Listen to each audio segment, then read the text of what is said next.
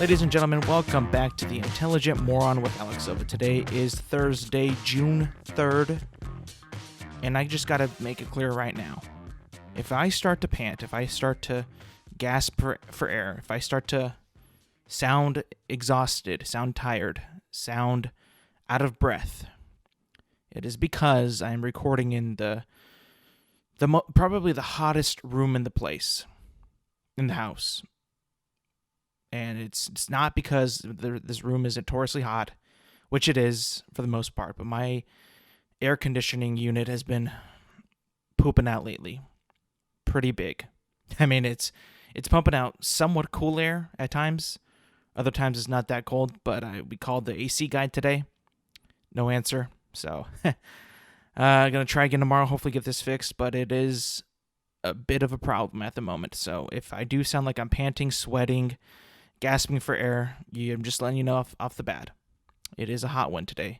In fact, it is 99 where I live. So picture that in the inside with not a good enough AC to, crank out air-conditioned air. It is hot today. It's hot. Which kind of gets me to thinking, imagine, what was it like before AC and air conditioning and cooler air, living in a home? You ever think about that?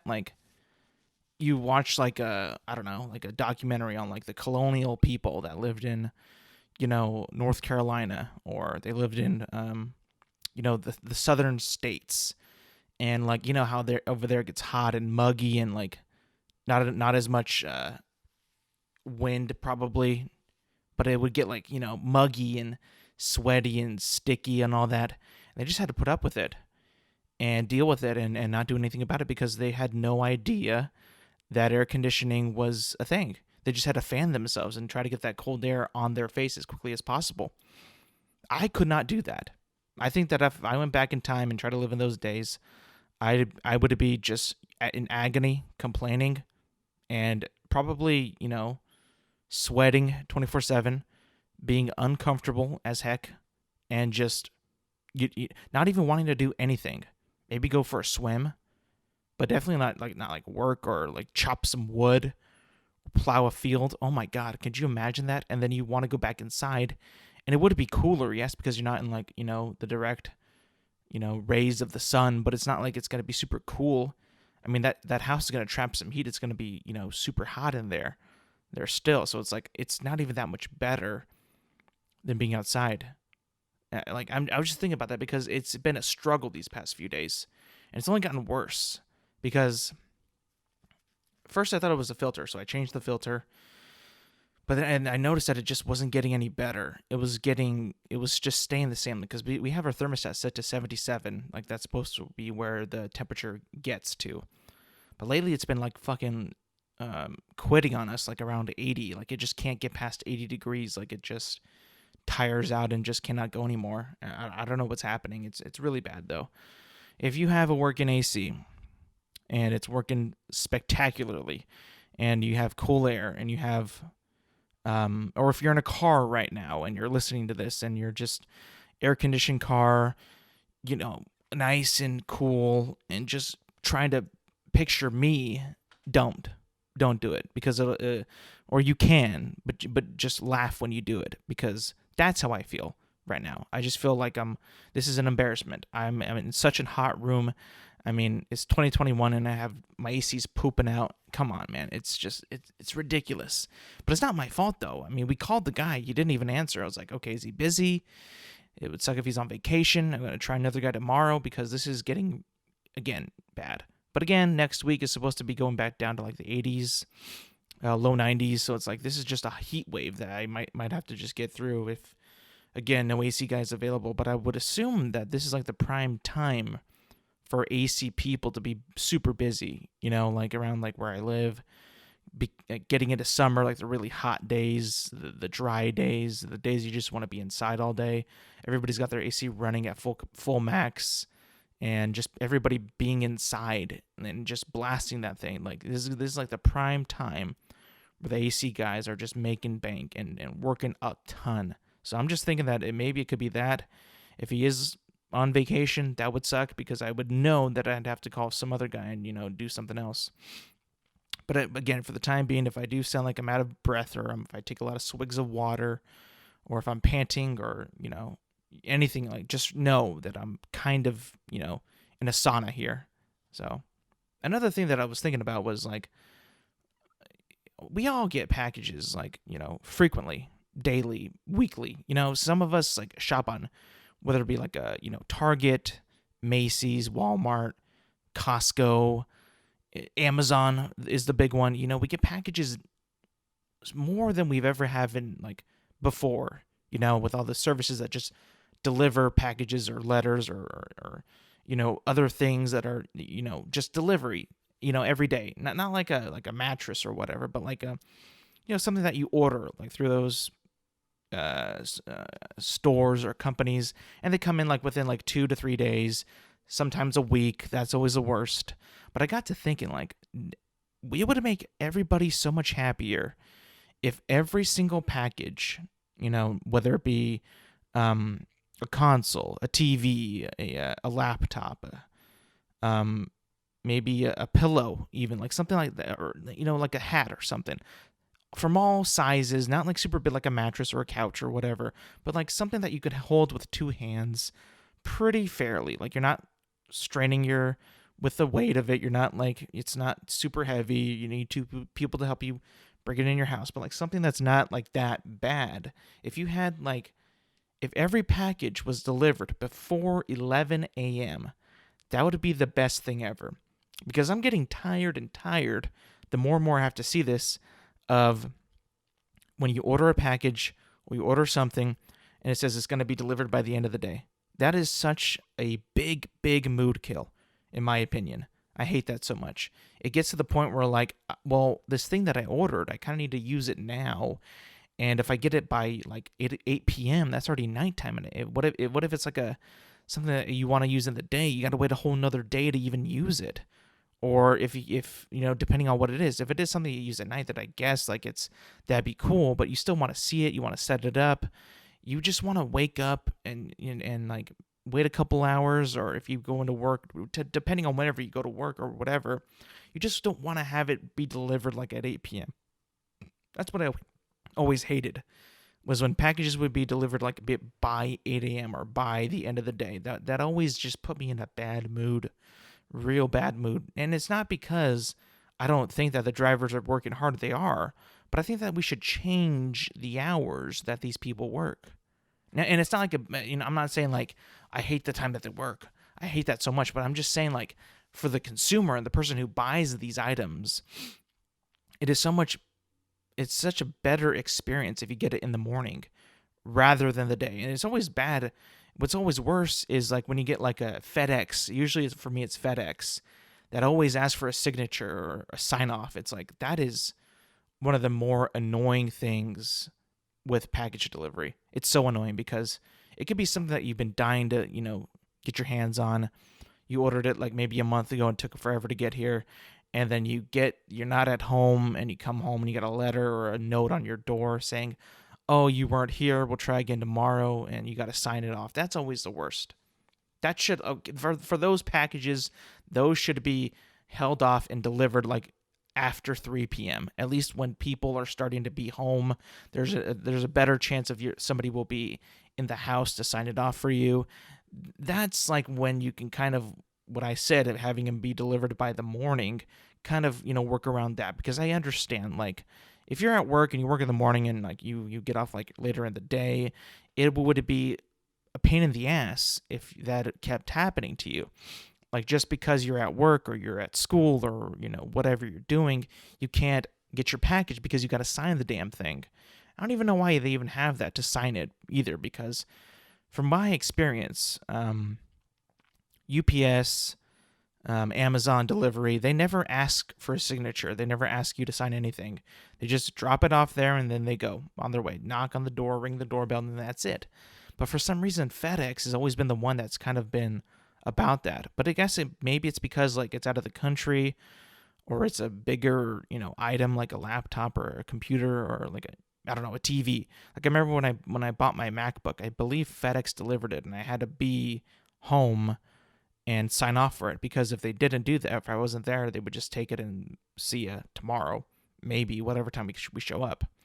I just feel like maybe I'm just being spoiled, but I always just wanted the package to be there in the morning or in the day. I don't want to wait till 8 p.m. That's just so odd for a package to be delivered like at, I don't know, 8 p.m., 7:30.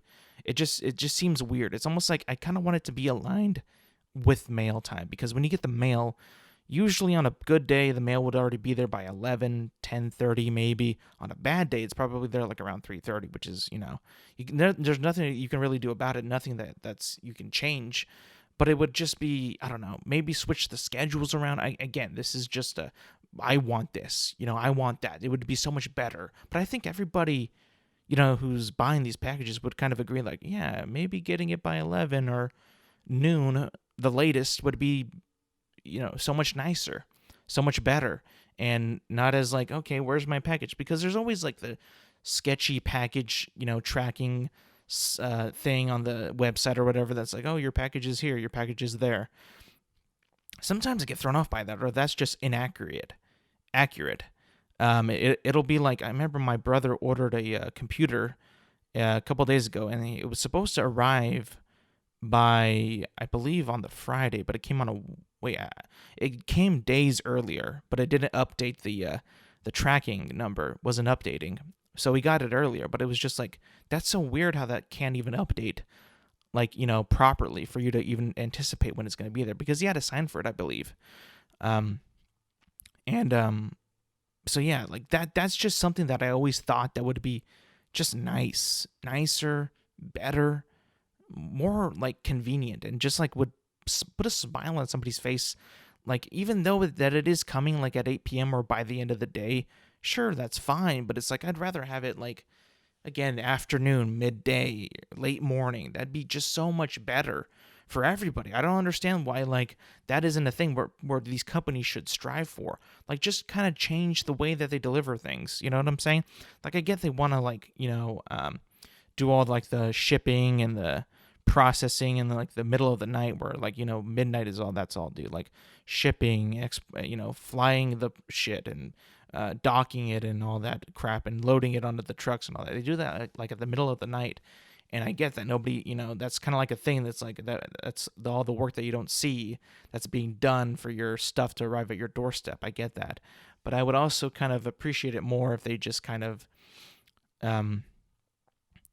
would deliver it by the morning. I just feel like it would be so nice. But I get it also kind of makes sense how they wouldn't do that, because if you aren't home and you say you work from, I don't know, 9 to 5, and your package gets there at 11 a.m.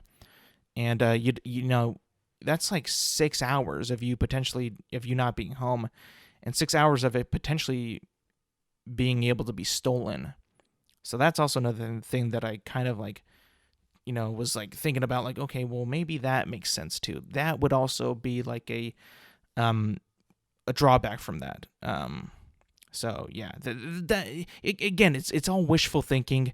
It's all just like wanting it to be the way you want it, because everybody would want a package to be delivered when they're, in the morning. Everybody would want that. It would be so nice.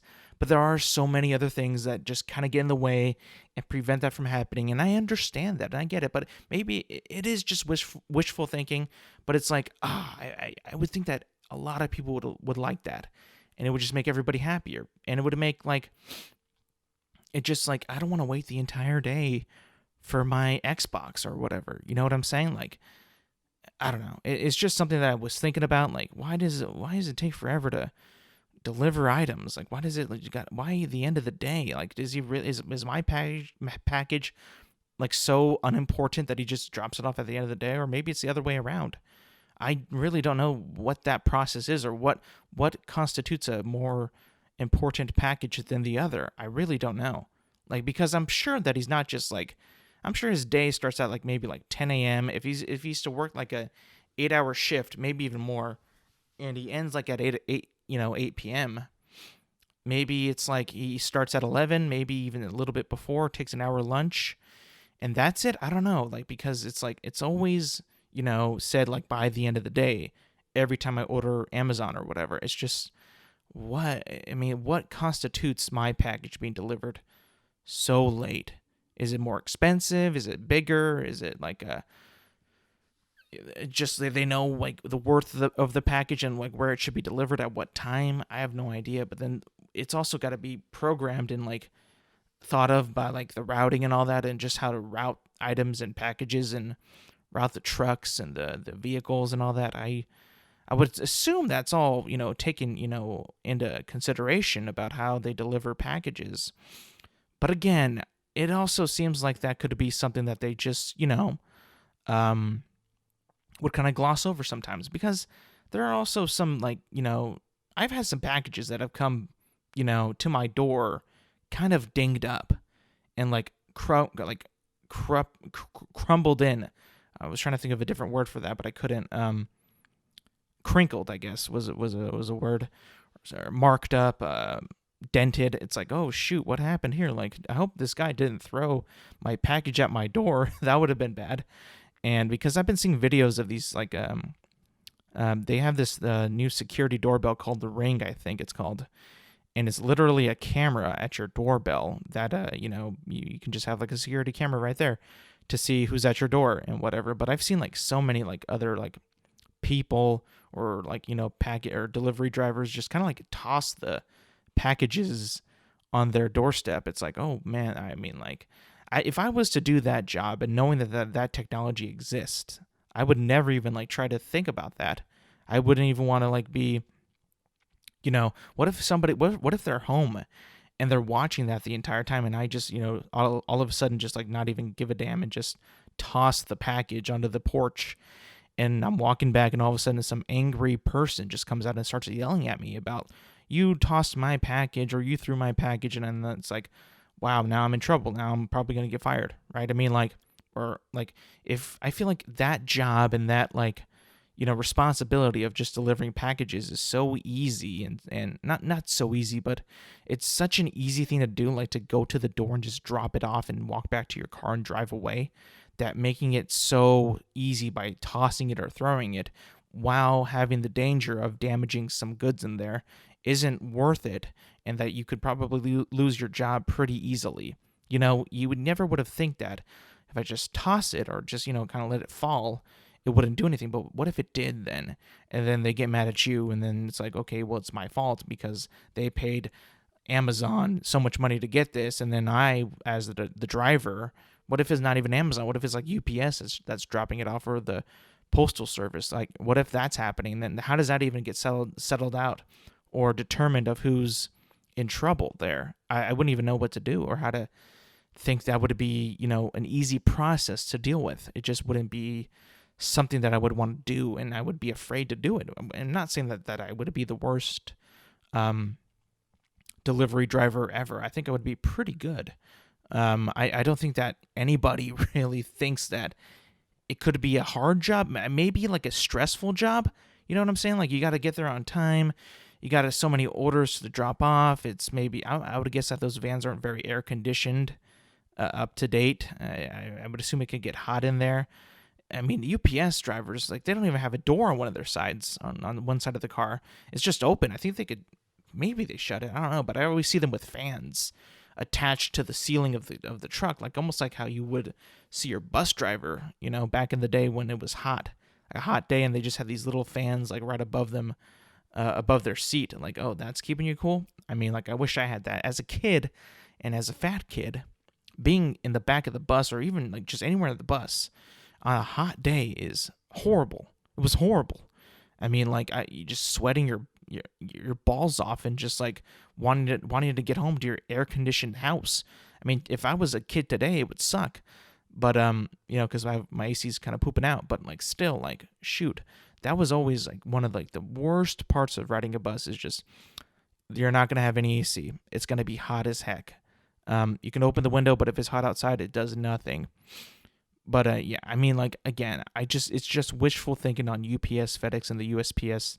I just want my packages earlier. I just want them in the morning. It would just be so nice, and so cool, and just like not even a care in the world. Just like, yeah, this is what we do. We work in the shadows to please the public or our customers. I just feel like it'd be so nice. Something else that caught my eye this week was pretty extraordinary, I would say. I mean, pretty heroic, I would say. Absolutely heroic. I think I'm pretty sure a lot of people have seen this, but it's a TikTok video of a security camera or like I think it's a security camera or maybe like just a backyard camera. I can't tell. But it was on TikTok, and it's of this woman in I would assume their backyard, and this bear and this mama bear with her two bear cubs are on top of this brick fence, brick wall type of thing, like somebody's yard, like their fence, right? Just on top of their fence with the cubs like on the fence too. Her cubs on the fence, and it was so weird because I never ever seen a bear like on somebody's fence like that. It was just so bizarre. For them to have the balance and then to get up there and even get their cubs up there is kind of weird. Like when you first see it, but anyway, and then she has like 5 or 6 dogs. I mean, I don't know anybody who has like 5 or 6 dogs. That'd be kind of weird. That is a lot of dogs for what I assumed is like maybe one person. I don't know. The article said that she was like 17, but again, a ton of dogs just run out to the bear and try to say, hey, get out of here, bear. And obviously the bear is starting to, get worried about their cubs. That mother mentality comes in. If you've ever seen like a mother bear with their cubs, if you see a mother bear with their cubs and like you're by yourself in the woods, whether it be a black bear, a grizzly bear, whatever, I mean, it's gonna be rough for you anyway. But it's not a good thing. They get very defensive and they start to swipe at the dog. Thankfully, the dog is also very quick and kind of dodges the bear's swipes. And there's like a couple like small dogs. There's a big dog. And they're all just kind of like barking at the bear, and the bear's kind of like swatting at it while he's on the fence still. And out of the blue, this woman who's I believe she's 17 years old. Well, she didn't look like it for me. I thought she was maybe 30 or 40 or whatever. But charges the bear and shoves the mother bear off the fence onto the other side. I mean, if you know me, you know me, and how I feel like that stuff, that was heroic. I mean, she saved all her dogs right there. The dogs all ran inside, and she scoops them up and ran back inside. But she just ran up to that bear and shoved it off the fence onto the other side. And I think reports were saying nobody was harmed in it. I think she might have sprained a finger, but the bears are fine, the dogs are fine. She's pretty much fine. Nobody got hurt. And I was just thinking, what if this turns south? What if the bear saw her coming? Because I don't think that the bear saw her really, because she ran up pretty fast and she just ran there and charged her and shoved the bear off. And the bear just kind of I feel was just kind of surprised that actually happened, because no human, I don't think ever really especially caught on tape, is charging a bear, without a weapon or bear spray or anything to physically, what's the word, come into contact with a bear. Now, I do believe that it was a black bear or some type of brown bear. It wasn't a grizzly bear, which I don't know if she would have been able to push that grizzly bear off if it was. It did seem a little bit smaller than a grizzly, so I'm pretty sure it was either a black bear or a brown bear. Now, if you don't know the difference, a brown bear doesn't necessarily mean grizzly bear. It just means a bear that's, with brown fur. A black bear, however, can have black and a brown fur. So, I mean, and I didn't see a hump either. Usually a grizzly bear would have a big hump on its back. A black bear, I don't believe has that. A brown bear, maybe, I'm not sure. But I do think it was a black or a brown bear, one of the two. Definitely not a grizzly. But still, though, the courage of this woman to do that. And I've been talking about, bears and how I would fare up with a bear. And if you listen to my previous podcast, I did the same thing. Could I really actually take down a grizzly bear? I mean, I've seen videos and I've seen, just people who've hunted grizzly bears, and grizzly bears in the past, they used to be in California, but they were, taken out of California because they're so dangerous. And they used to be in Yosemite, but now they're not anymore. We just got black bears. So I don't know what their motives were for taking them out, but I would assume it's because a lot of people would be getting killed. Again, I don't know for sure, but I'm just assuming that's what it could be, because they are super dangerous, and you shouldn't be stepping on their territory or picking on them or trying to pick a fight with them, because it's not going to end well for you. Now, hypothetically, if I was, let's put the scenario out there. Let's say that I'm hiking in the woods in Montana, Yellowstone, and just hiking and, minding my own business. I'm in bear country, which I probably shouldn't be in, but people hiking Yellowstone all the time. People go there all the time, and people just, are there. They wind up, face to face with a bear. Let's just say I'm face to face with a bear. Let's say I have bear spray. Let's just say that. And it's just me. Now, I believe what I would do is I would stand my ground, because you should not run. If you run, they're going to attack you. They'll just chase after you and swipe you, and you'll be dead. So, what I've learned through videos and through books is that you should stand your ground and make yourself look big. Look big, yell, scream. Don't charge them, but just be big and yell. Try to fend them off that way. Now, I would do that. I would do that for sure, because I know I cannot run them, because those bastards are fast. Abnormally fast, really, really fast. So I know that I can't, outrun them. So I would do that. If I had a bear spray and I was hiking in Yellowstone, I would have that thing in my hand the entire time.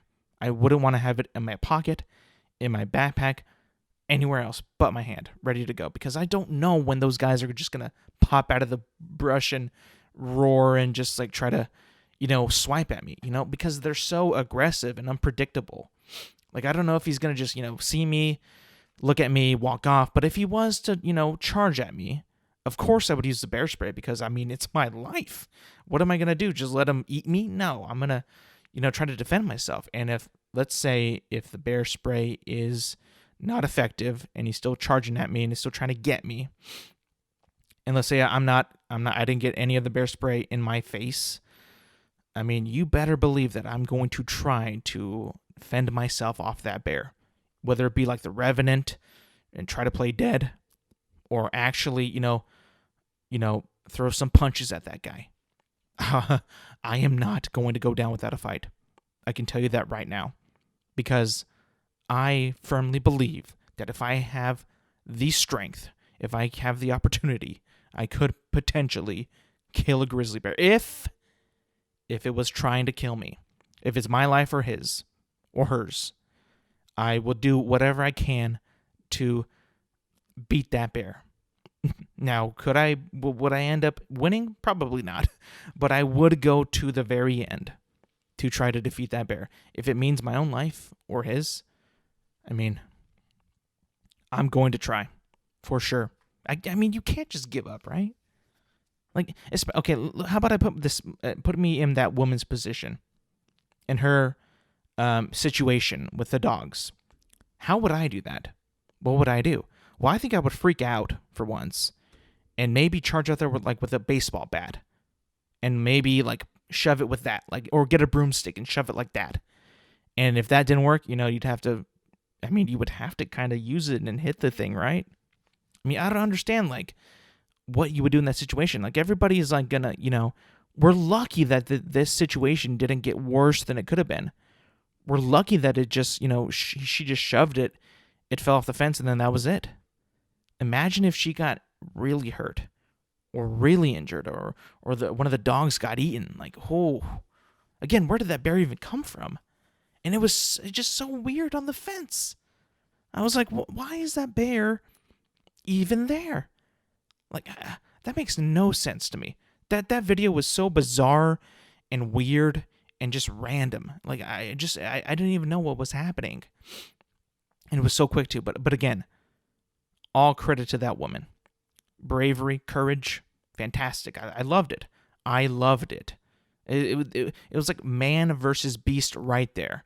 And she was like, my dogs are not going to get pummeled by a bear, because I don't think that those dogs were going to back down if she did not already come and say, get in the house. I don't think so, because that the big dog was kind of going at it with that bear, not even caring that it was a bear. And those other like small dogs were just like around there too. Like, what are you doing? Run away! That bear is so much bigger than you. Again, like, she's a hero. She's fantastic. I love that video. It was so cool, random, pleasant to see, and it just pure entertainment. That is what TikTok is all about. I want to see more of those on TikTok. Nobody dying, of course, but like crazy random videos in that essence of just being random and weird, and just, leading in I would assume a happy ending. A happy ending. I don't know if the bear, again, the bear was not hurt, I believe, and nobody else was hurt. I think she did sprain a finger, but that's pretty much about it. So, and again, it could have been worse than what it was. It could have been a lot worse. Somebody, or a bear or a dog, could have died or been seriously injured. But we're lucky that didn't happen. Just imagine if it did. I probably wouldn't even talk about this, but since she did live, the dogs lived, the bears lived, I'm talking about it. And it was pretty crazy and fun. One of the good things about last year being shut down, and not like a good thing, I'm not saying that the coronavirus is a good thing, but having the world like kind of like shut down, and like movie theaters, for instance, the one that I go to is a Regal theater, and it got renovated over the past year. And I was wondering, because it always seemed a little outdated, a little older, a little bit of a mixed bag. It was kind of like had like a bunch of like locations as like or destinations as like a theme for one theater, and another was like different. Like one was Egypt, one was China, one was a bunch of other locations and all that. And they had they used to have an arcade, and they had a second level and a bunch of concession stands that weren't even used at one point. And I remember even that once they used to have a bar there too, which was also weird. But that wasn't like very long lasted, because nobody went there to go to a bar. They would just go there to see a movie. So I mean, like, it's not like something that I would want. I don't know. A bar in a movie theater just seems like a little like we're trying to make this a bar type atmosphere, which it isn't. You don't go there to. I mean, I wouldn't go there to socialize with like somebody. I just would go there to watch a movie. You know what I'm saying? Like, I wouldn't want to. I don't know. I feel like a movie theater would not be the best place to have a bar. It doesn't seem like it would get that many people in there to see it. I don't know. Maybe I'm wrong, but I don't know. I just feel like it wouldn't be there. Anyways, that's all gone. It's been renovated. It's nicer. They have a new IMAX theater in the main building, because they used to have like a building off of the actual main theater building that would be their IMAX theater. But since they renovated and, made some theaters smaller, others bigger, they got the IMAX theater in the actual building, and I gotta admit, it looks great. It looks fantastic. That is what you do when you have nobody coming into the theater, and that's in making renovations and construction, and that's how you do it. You get it done within the year, because I gotta say, there's some other things that have been renovated or reconstruction that have started back in 2020 during the COVID times and are still not done yet, whether that be because of their own complications with COVID, or whether that just be because maybe not enough funding. I don't know. But what I'm saying is that this theater that I go to got the job done pretty quickly. And I got to say, it was well worth it. And going back to the theater, after not being in a theater, and I want to believe that the last movie that I saw in theaters was Tenet last year, when they opened for a period of time. And I believe that was, when was that? I think it was last August when I actually got to see it, because it was supposed to come out in July, that movie, but it got pushed back obviously because of COVID, and it got pushed back more and more and more. But I believe it was July. Let me just look it up to see if it actually was in July. I don't think it might have not been, but I could be wrong. I can't find it. But I would say either August or September. And that was when it wasn't renovated, by the way. But again, being back in the theater was so nice.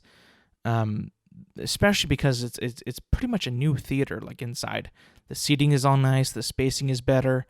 Um, what's great is that the IMAX theater before had pretty shitty row space, and what I mean by that is because you have got one row of seats and then another, but the space where your legs would be to the other seat would be super close. Like they could just like lean back a little bit and they'd be hitting your knees. This theater, the IMAX theater, much more space. You can actually walk easily through them. You don't have to worry about, somebody's seat hitting your knees. You don't have to worry about your knee hitting their seat. It is so much nicer because the other theater, even though it was nice and it was IMAX, that was always just the thing. It just felt so cramped and so, I don't know, you felt like a sardine in there almost, just being cramped and all that. They got new chairs, new cup holders. They reclined more, and it was just nice, a nice experience. The reason I bring that up is because I actually got to see A Quiet Place Part 2 last weekend in IMAX, which was a good experience. But, now to get to the big part of this episode, the review of A Quiet Place Part 2. And let's just start with this. I thought that The Quiet Place 1 was a good movie. The first one. If you haven't seen it, it's a I don't even know if you would say it's a horror movie, but it's more of a scary movie. I guess you could say it's a monster movie, kind of alien movie. But it's a suspense movie, scary. The whole premise is that without spoiling it, is that these creatures are on Earth that are very hypersensitive to sound, and they hunt by hearing and they don't see, they can't smell, but they hunt all sound. And you get this post-apocalyptic vision of Earth like being quiet, everybody being quiet, not making any noise, using sign language, living underground in like bunkers and all that, just so they can make a little bit of noise to talk and all that. And there isn't much cooking done. Everything's like boiled and shoot and crap. No, you can't just like talk normally. You can't do that. It's just you got to be super quiet. There's always that lingering fear of making too much noise, and these creatures would appear and they would kill you for that. And it was a good concept, great suspenseful concept, great horror concept, great something that I've never really thought of in a horror movie or a scary movie. Like it really kind of was fun to watch and to hear and to see how that was all done through a film perspective of how they could use the sounds cutting in and out, especially because one of the characters, the daughter played by Millicent Simmons, is deaf, so she can't even hear anything. So that's like kind of cool because the whole objective is not to make any sound, but since she's deaf and doesn't really speak at all, it's kind of easier for her. But also it's hard because she can't hear if she's making that much noise, like walking or like moving around or whatever. So she's got to be extra careful to not make any sounds, and it's kind of easy, like a little easier for her because it's like she already can't hear, so she can't hear anything that's happening. And it's interesting because like whenever like it's a loud scene and like a jump scare or whatever, it would always cut to her, and it would be like the sound would be deafening and like you muffled and you can't really hear anything. And I always thought that was really interesting because it was just like a cool perspective that somebody who can hear the carnage and the killing that's going on, and then just to go back to her who can't hear anything. It was a very, very cool cinematic trick that they did back in that first movie, and I gotta hand it to John Krasinski back then, like directing that movie. He did a very, very good job, fantastic job, and I loved what he did, and I enjoyed the movie. And I always knew that I didn't think that they needed a sequel. I thought that the concept was already like a lightning in a bottle type of thing. Like, you've already caught the audience like that. You made a ton of money. Everybody loved it. It was fun. I enjoyed it a lot. I think I gave it like an 8.6 out of 10, I think. It was really, really good. Again, I never seen anything like it, never thought of anything like it. So it was a nice, fun thing to watch and to see. And I would have been totally fine without a sequel, without a continuation, with nothing else. However, this movie comes out, and I guess you could say that I kind of expected a little too much, maybe. Maybe I thought that I would get more answers. Maybe I thought I would get more of an explanation of what is happening. Something like that. Again, I'm not going to spoil this at all, so don't worry about it. But I just feel like in The Quiet Place Part 2, because it picks off right where 1 left off. So 1 ends, 2 begins. Like, there's no time jump. And I think you can kind of know that because of the trailer. That's not a big thing. That's not a spoiler. It picks off right where it left off. And it just, for me, the gimmick, the lightning in a bottle with it being quiet, it kind of wore off on me in this one. Because I've already seen it and I already know how they, what's the word called? How they deal with these aliens. What, like, how do they have to be quiet in order to live. So, I mean, you get a lot of that. You get more of that. It's nothing that you're not going to be expecting. There's no, I don't think that this is a spoiler, but there's like no secret weapon that they have other than, like, if you've seen it, the high frequency sound that they've already discovered at the end of the first movie. But that's still like one of the main things of how they deal with these aliens. But it's just like, if you see the trailer and you see like some things, you know that it's already going to start off with how it began and how it all started. So you get that, and then you just get at the beginning, and again, you've seen most of it in the trailers, and it's pretty much, they clip a lot of the opening scenes and just smack it in the trailer, just to see how it begins and all that. And it is a cool perspective. It's a cool idea of how it starts. But again, it doesn't really explore what happens or what it doesn't really like add any new things about the story. It doesn't really add any new things about the aliens or any really more interesting things about the characters, in my opinion. It's kind of just full of jump scares again, and it's filled with a lot more killing. I will say, I think you can kind of get that with the trailer. Because these aliens or monsters or whatever, from what I understand, is they just kill to kill. So, especially in the beginning when you see them just killing people left and right in that town, it's like, okay, well, the magic's already kind of gone, in my opinion. It kind of becomes more of an action movie in that sense. You know what I'm saying? Like, don't get me wrong, there are jump scares in it, and there are scary parts in it. But it's like, I already know, like, how the monster is dealt with, and I already know how the monster, how it works. Hey, it can hear for miles, like a drop of a pin. You know what I'm saying? Like, I already know how that works, and now we kind of, like, already see, like, in the beginning of the episode, or not the episode, the movie, it just kills to kill. And that was always kind of weird for me, because I don't need a lot of description about the alien. I shouldn't want that. But it feels like in this movie, it's like I need a little bit of motivation or know why this alien is killing people. Like, I don't know why it's doing it, but it's like I should be getting scared by this or intrigued, but I'm just not. It's just kind of mind-numbing for me. I don't know what it was. Because I saw it with my brother and my sister, and they both loved it. But I was like, this is kind of like just repetitive. It's kind of old. I already know how it works. It's just kind of the same old for me.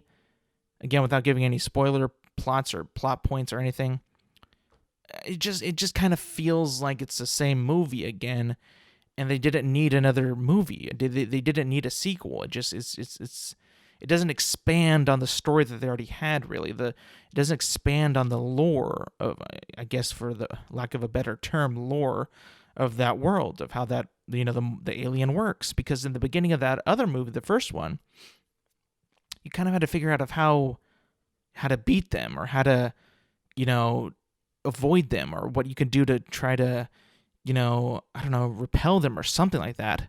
It was more of that and trying to figure out what they were. But once you already know what they are and know how they operate, and it's just more of it's just kill fest, murder fest. That's all it was at some points. Especially in the beginning, it's just like, it's almost, like I said, it's mind numbing. Like, I don't need to see any more of this. You're just doing it to be, put in an action sequence. And I understand, like, action is good and action is cool and all that. But it's like you kind of lost the, I don't know, the horror effect of it, the suspense of it kind of fades away at that point. And it's just, like I said, a murder fest. Just kill after kill after kill. That's all it is. And it's just like, I don't know, it could just kind of, it didn't sit well with me because I thought it would be a little bit more of exploring what that world is also like. Because, I don't know, I just thought that with a sequel, they would have a little bit more of a better story and not just tell kind of similar things that they did in the first one. I just thought that it would be more and expand more. And I get it. It's like more, it's centered on the family that we've already known in the first movie, and I get that. But it's kind of the same thing, and they're just washing it over again. It's like, come on, man. I just expected more, but maybe I shouldn't have.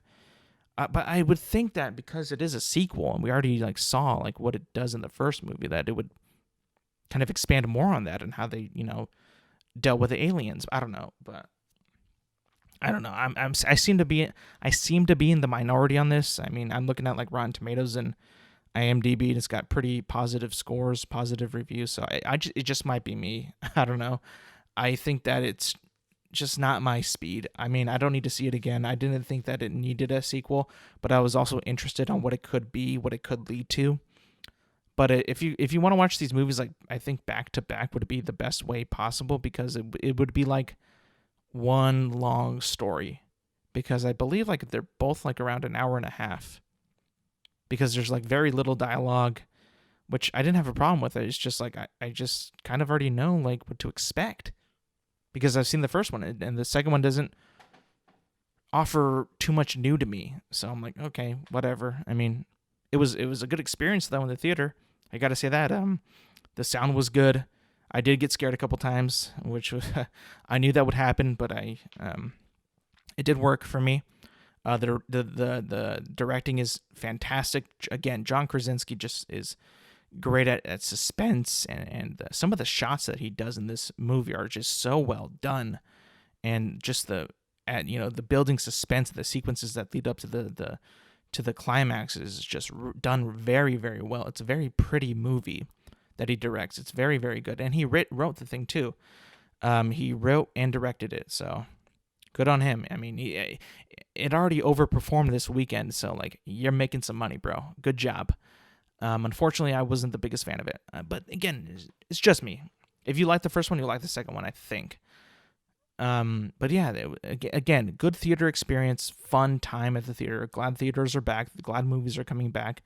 Glad the big movies are back. But yeah, I encourage you to see it. Again, don't take my word for it. You might enjoy it. You might love it more than I did. So, if you are curious, go and check it out. But I would give, I think I already tweeted it, but I would give, A Quiet Place Part 2 a 6.8 out of 10. It was an okay movie. It's okay. The theatrical experience, the being in there with the big screen makes it, for me, better than it would be at home, just in my opinion. And I don't know if that sounds like a low score. My range for my score for movies is 10 is perfect, 9 is amazing, in the 9 range. So 9.5, 9.7, 9.3. 8 is great, 7 is good, 6 is okay. So it's a high okay. Again, I gave it a 6.8 out of 10. So if you want to take my rating for granted, go ahead. I'm not going to get mad at you if you say, oh, I thought it was at least an 8. That's fair, man. That's fair. That's fair. But again, at 6.8, a high okay score. And now on to everybody's favorite segment. Now it's time for sports. Yeah. So again, sports. Here we go. This is a big week in sports too, by the way. Not just about the games that are happening in the NBA, NHL, MLB, whatever. But it's a big day. It's a big week in sports reporting, I think. And what qualifies as a good story for the world of sports, I think, which is, and it's kind of been floating around, and it's kind of been talked about, but I haven't yet to, make my take public on it, because I think that my podcast is much more of an effective way to say my point than a tweet or an Instagram post or whatever. So I'm going to start by talking about the outrage that's been happening about, fans' altercations with NBA players. Let me just go on the record saying that I do not agree with fans throwing anything at players or spitting or even taunting a player. Like, don't come after somebody's a player's, the way he looks, about his family, about himself. Dude, I do not think that is okay. Let me just get on the record and say that I do not want. I don't know if it's condemn or condone. I don't know. I do not agree with that. I do not agree with throwing items, whether it be popcorn, water bottle, whatever. Don't throw anything at the players because you are just a fan watching the game. Do not spit on a player. Do not talk bad about their family or themselves. I don't even make fun of their hair, even though it was kind of funny about the Knicks fans chanting Trae Young is balding. That's a personal thing that he can't control. Please, that is, just say you suck, Trae Young sucks, or just shower them with boos. That is always one of the best things you can do, is just boo a player. That is so effective. Just boo them. Anyway, that's my point. That's what I just want to make right there very clear. I am against throwing items at players, spitting, harassing them about their family, their look, whatever. I am a big fan, though, of booing and hissing. Booing and hissing, I guess you could say. Boo and hiss, I'm good with. Throwing, insulting players, families, their looks, I am not. Anyways, now that I got that out of the way, let's move on to how this is being covered in the sports media today. Okay, so I'm not a big fan of what's happening lately because, again, fans are back in sporting arenas, if you haven't noticed, with NBA and NHL, right? Fans are back in pretty much full capacity in like New York, Boston, not in LA yet, not in California yet, but they're getting there, okay? So what I've been noticing is that, if you've been following the NBA, you know about Trae Young getting spit on, Russell Westbrook getting popcorn thrown at his head, and Kyrie Irving getting a water bottle thrown at his head. And, again, I do not agree or support that at all. But what I'm saying is I don't enjoy this anti-fan reporting from everybody else that's reporting on these issues. ESPN, especially, like they've had like so many panels and interviews about people getting thrown stuff on the players. It's just getting to the point where like it feels like all they want to do is just elevate this issue, which again is caused by one fan, right? It's not like a bunch of fans that we know of at the sporting events. It's usually done by one person at these games, right? One person at the Wizards game, one at the Celtics game, one at the Knicks game. It's one person that we know that is doing this stuff, but they're making it look like it's all fans, and it's the fans' fault. That it's all of our faults, that we're the problem, and that we should go back to a bubble and not have any fans. No, but that's wrong though. That shouldn't be happening. You should just call out that one person and don't say fans. I got a big problem when you just say generalize the fans as doing this bullshit, because it is one fan. Let's make this clear. It is one person doing this at each of these games. One person, really, that's chucking stuff at a player. One person. Do not say fans. I know you can say it because you're counting all the fans that have done it, but when you say it like that, it makes it feel like you're talking about every fan. Just say a fan did it, right? You don't got to make it, blow it up and make it bigger than it is. I'm sure that this has been happening prior to COVID. And you also got to take into consideration that these fans have not been in an arena for over a year, right? They're excited, they're passionate, they're back.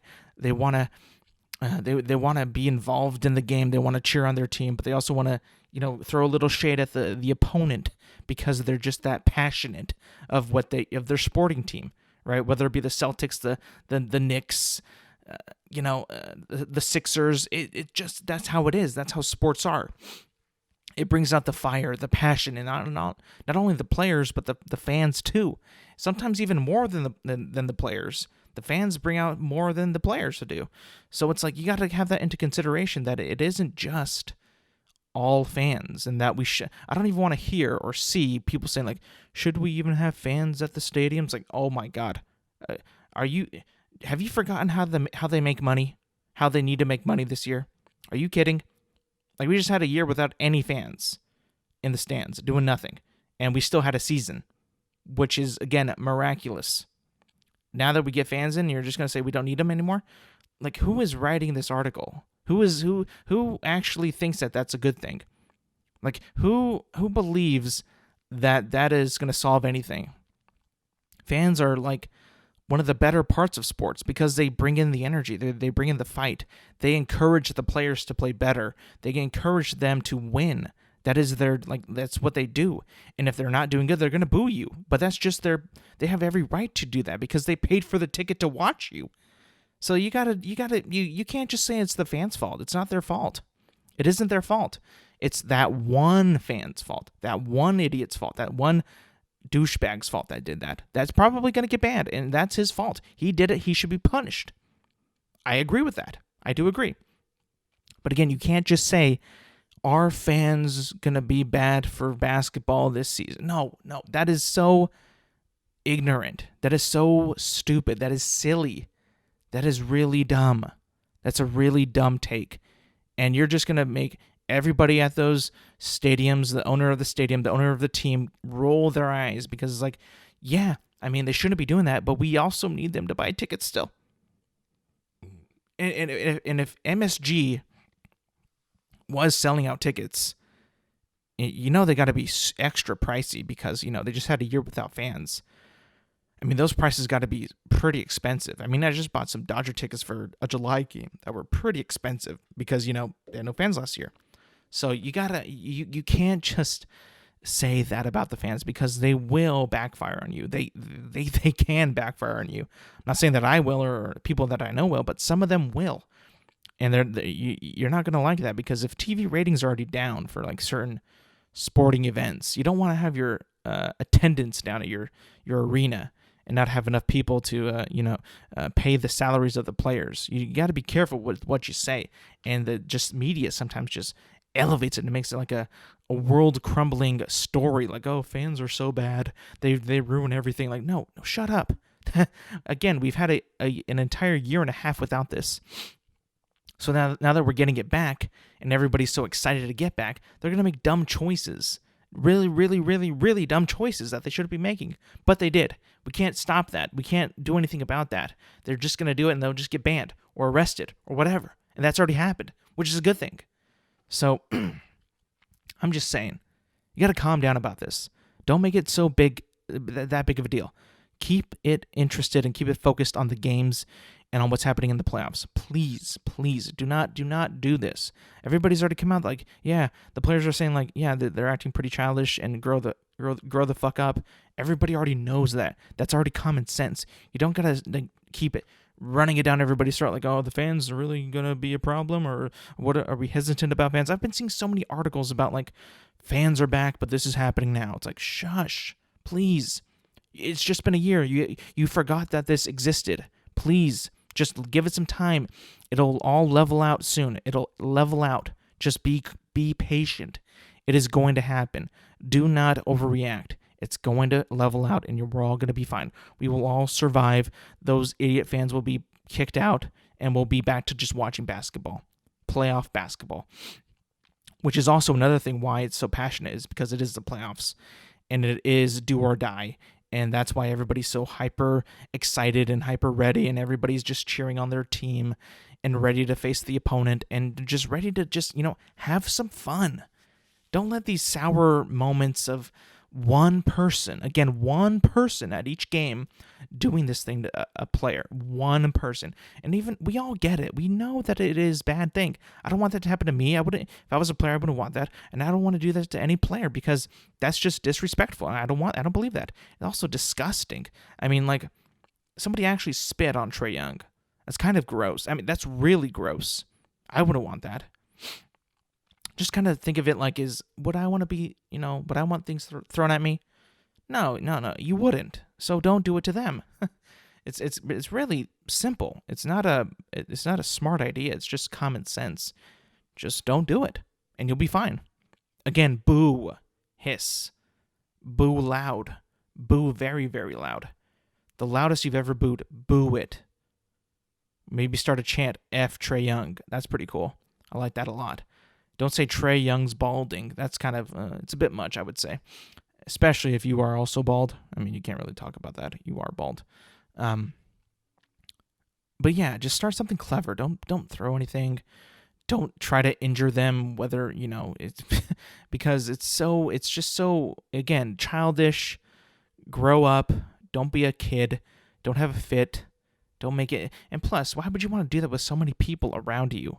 Like, you're not online. You can't just do like a stupid tweet or a stupid comment. You're going to have an instant consequence right then and there by either security or another fan or somebody who's just like, why are you doing that, dude? You're being dumb. You're going to get kicked out. Like, you again, it's happening now because we're back and the playoffs are getting heated, but it's going to calm down. It's going to level out. It's going to be fine. And I just think that, I was watching Inside the NBA a couple nights ago, maybe a few nights ago, and Charles Barkley and Shaquille O'Neal just made a good point of the reality of that situation. They acknowledge that it happened and that nobody likes it. Again, nobody is on these guys' side. Nobody is. And they know that they're idiots and they're dumb and they're children. And they probably should be arrested or banned or whatever their consequences are, right? They probably should. That should happen. That should happen. But again, even though if it does mellow out and level out a bit, you can't really stop it from happening, can you? I mean, it's going to happen. Somebody's going to either get drunk or just be really stupid and just do it. You can't just eradicate it. It's going to happen eventually. I mean, it's just stupid behavior. It's going to happen. So just ease up on it. And they were saying like, yeah, man, Shaq and Charles were saying like, it's been happening for me, since my career. And that was a while ago. And then the players just need to accept that it's going to happen and just kind of move on from it. Like, again, we haven't had to deal with this for a year and a half, so it is kind of a new thing again. We just got to wait for it to weather out and level out and just kind of just wait how it, turns out. Because it's not going to be forever. I mean, it's not going to be as bad as it, we think it is. It's kind of going to be like the, maybe one will happen again in these playoffs, maybe. But it's not, come on.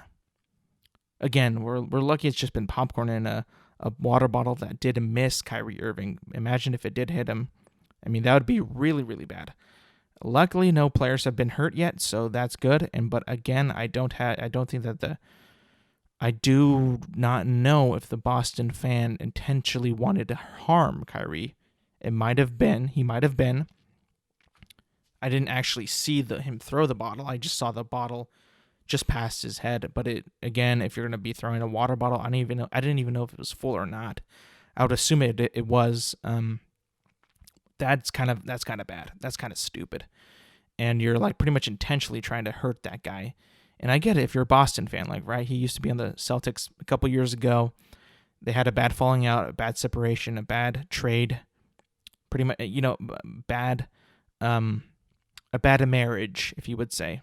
And again, let's not forget that he did kind of stomp on the Celtics logo in center court. Now again, like, was that the smartest thing for him to do? I don't think so. Because again, you are in Boston, super passionate sports fans there who did like you at the beginning, but you did kind of go out in a bad way. So that's probably still fresh in their mind. And they wanted to play you in the playoffs from the beginning. And it's just, you got to have that. You just got to be smart to not do that thing too. Because if you do that, you got to think that there's going to be some kind of boo or harassment from fans. You just got to, be willing to take that. You did stomp on the logo. Whether that be important to some or not, you did stomp on it. It's going to make some people mad. At least a few people mad. So just kind of be like, I mean, I don't want to say like he started it, because I don't think he did, but he did kind of wanted to get a reaction to it. And he certainly did with the water bottle. So, I don't know. Just try not to, piss people off is what I always do best. I don't want to make anybody mad. I really don't. I don't like to have conflict or confrontation. I'm not a big fan of that. And I always try to respect people the best that I can, and not want to make anybody upset, because again, I wouldn't want to be in that position to do that. But again, it's just something so silly that we're talking about, and the media is just making it worse than it needs to be, because that's what they do. So, I mean, again, it's like one fan out of like how many can the Boston Garden hold? I don't know, 17,000. One out of 17,000. Calm down, please. Let's be real about this. It's not a epidemic. It's not a fan-wide, country-wide thing. It's just one person. Just relax a bit. Relax. And, yeah, it's just overblown with the throwing stuff at fans. Come on. Just calm down a bit. Then I wanted to talk a little bit about the actual playoffs itself. If you are listening on this day, today is Thursday, June 3rd, and the Knicks are out. They've been eliminated by the Hawks. Unfortunately, that we will no longer be getting playoff basketball this season in Madison Square Garden. Very, very, very, very sad, because again, watching that crowd at MSG is just so fun, and it's so nice to see again, man. I mean, just seeing the mecca of basketball back to life. Not just talking about like a regular season game, but in the playoffs with an actually decent team and a good coach. But sadly, that they didn't perform all that well. They didn't. They lost 4-1. Julius Randle kind of like, I don't know, faded away, kind of like. Stephen A. Smith said that he was just like, trying to do the right move the entire time and not just letting the game flow. And as I was watching, it was just like, yeah, I agree. I mean, he's just trying too much and just trying to be the guy the entire time and make it that extra pass and just trying to get everybody open. But it's like, dude, let the game come to you. Let feel the game out. It's not always got to be X's and O's the entire time. You just got to feel it out and just try to make it, the best decision at the right time, and just try to, I don't know, play for your team, and just don't always think about it. Don't overthink too much, and don't try to make it a bigger thing than it already is. Take it slower than you did. I don't know. But yeah, that was sad. And the Lakers are now down 3-2 to the Suns, which is kind of expected, because again, the Lakers are the 7th seed. But again, they still had LeBron and AD, but AD is now injured. So, I mean, I don't see them winning the series, coming back to win 2 in a row to beat the Suns. I don't see it. So this might be a good thing for LeBron to kind of get bounced out at the end of the playoffs, to get some, extra rest for next season, because I don't know. I just feel like with this year, he's been kind of off. He didn't do his 0 Dark 30 tweet, like get off social media and do nothing, just be playoff mode. That didn't happen this season, so it was a bit weird. If you follow LeBron for years, you know that he's always done that every playoff season. So like just kind of like black everything out and just try to go at the beginning of the playoffs and just try to make it the best run that he can possibly do, which he's always been doing. So to not see that this year was kind of concerning, but like, I don't know. Maybe he just kind of knew that it wasn't going to happen this year. Maybe he knows that they got to retool and try to get better next year. Because with this team, even though they got LeBron and AD, they don't have Rondo anymore. They don't have they have Marcus Gasol, which is good, but they don't have Rondo was that glue though. He was like the other savvy veteran there that would just kind of like rally the troops and get everybody ready for the opposition, but it just like, I don't know what it is. It's just not materializing. And also LeBron is older. He's getting older. AD is injured. So it's like, I don't see them winning this series at all without AD. I don't see it, but that's okay though. He can take an L this time. Just take an L, go on vacation, relax, get ready for next season, because it's going to start on regular time like it always would. It wouldn't be a shortened season that is condensed more and starting sooner after the season finished. So just take the rest. It is okay to fail. As long as you can try to come back better and improve on the previous season, it would be so much better for you. Just I don't know. I don't want to say lose, but what else can I say? I don't think it's just there for him this year. It's not their year. So yeah. All right, everybody. Well, we're going to end it there today. It is hot here, and I'm at the brink of just becoming a puddle of sweat. So again, thank you for listening. Thank you for watching. Again, you can find me on YouTube, Apple Podcasts, Spotify, at Intelligent Moron with Alex Silva. Again, these episodes come out every Thursday. I would appreciate a like, a subscribe, a rate, a review on anything that you can, do that on. I would greatly appreciate that, and I will see you next week.